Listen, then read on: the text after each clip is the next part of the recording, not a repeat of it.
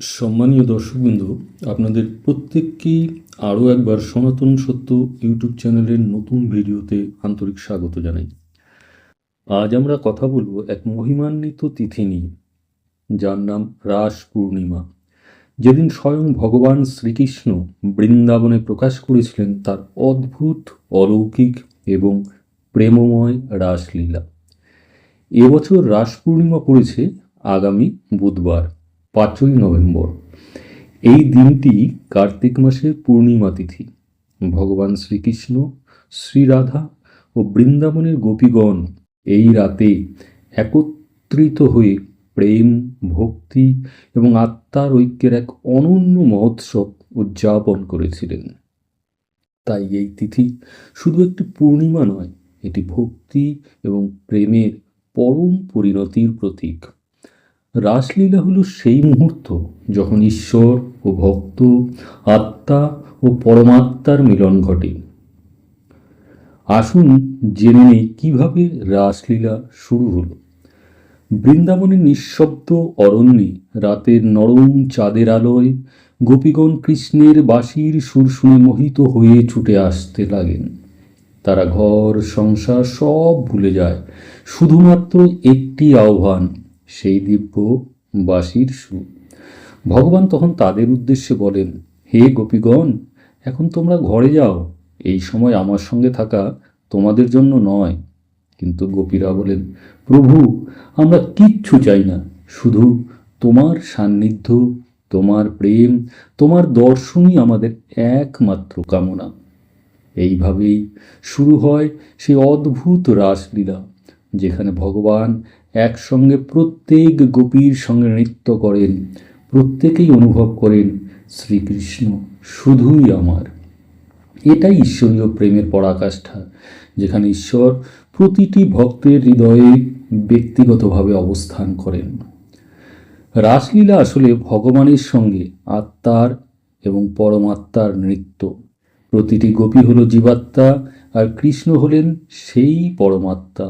এই লীলা আমাদের শেখায়, যখন মন, ইন্দ্রিয় ও অহং ত্যাগ করে আমরা ভক্তিতে ডুবে যাই, তখনই ঈশ্বর আমাদের জীবনে নৃত্য করেন।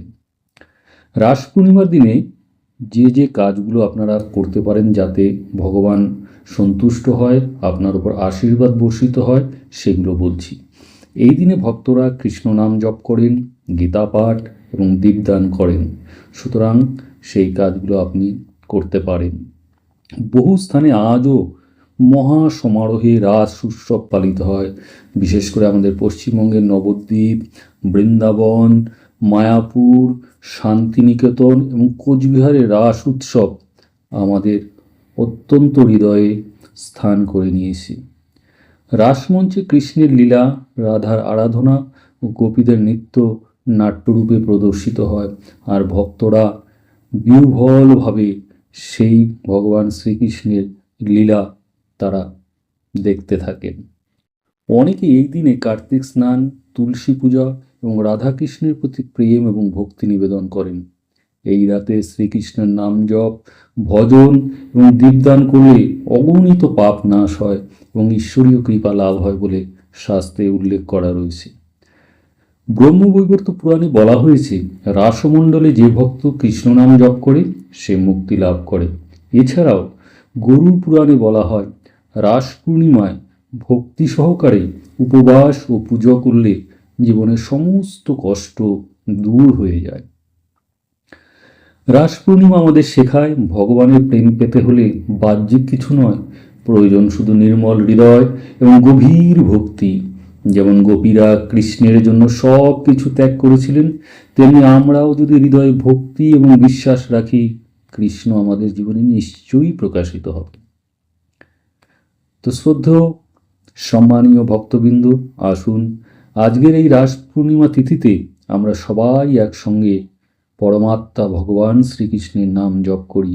হরে কৃষ্ণ কৃষ্ণ কৃষ্ণ হরে হরে, হরে রাম রাম রাম হরে হরে। যে ঘরে এই নাম ধ্বনিত হয়, সেই ঘরেই বৃন্দাবনে পরিণত হয়, আর সেই হৃদয়ে ঘটে রাসলীলা।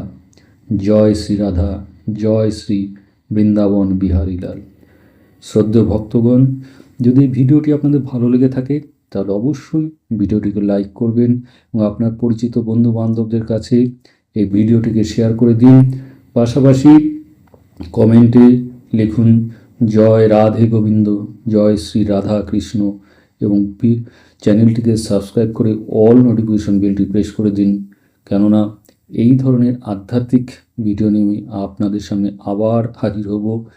তাই নোটিফিকেশন বেলটি প্রেস করে রাখুন যাতে ভিডিও আপলোড হওয়ার সঙ্গে সঙ্গে আপনি জানতে পারেন।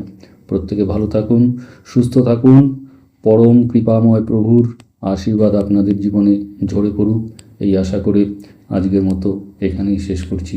নমস্কার, ধন্যবাদ।